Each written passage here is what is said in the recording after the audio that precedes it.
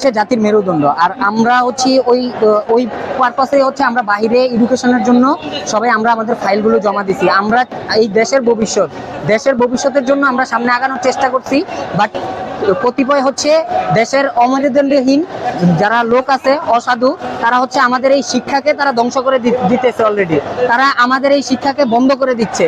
আমাদের প্রায় অলমোস্ট 400 প্রায় স্টুডেন্ট ভিসা গেট থেকে অ্যাপ্লিকেশন করেছে। তাদের সবার প্রায় অ্যাপ্রক্সিমেটলি হচ্ছে 12 লাখ টাকা করে যদি হিসাব করি, আমাদের প্রায় 50 কোটি টাকার মতো ওরা হাতিয়ে নিচ্ছে। কিন্তু আমাদের কেরিয়ারটা এখন এমন একটা পর্যায়ে দাঁড়ায় আছে যে জায়গায় আমাদের কোনো ফিউচার নাই। আমরা আমাদের বাবা মার দিকে তাকাতে পারতেছি না, আমাদের নিজেদের ভবিষ্যতের দিকে তাকাইতে পারতেছি না, আমরা আমাদের নিজেদের জন্য কিছু করতে পারতেছি না।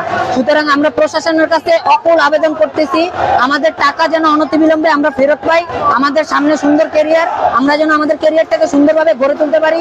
সেই জন্য আমরা সরকারের একান্ত হস্তক্ষেপ কামনা করছি এবং এটা সুস্থ তদন্ত চাচ্ছি।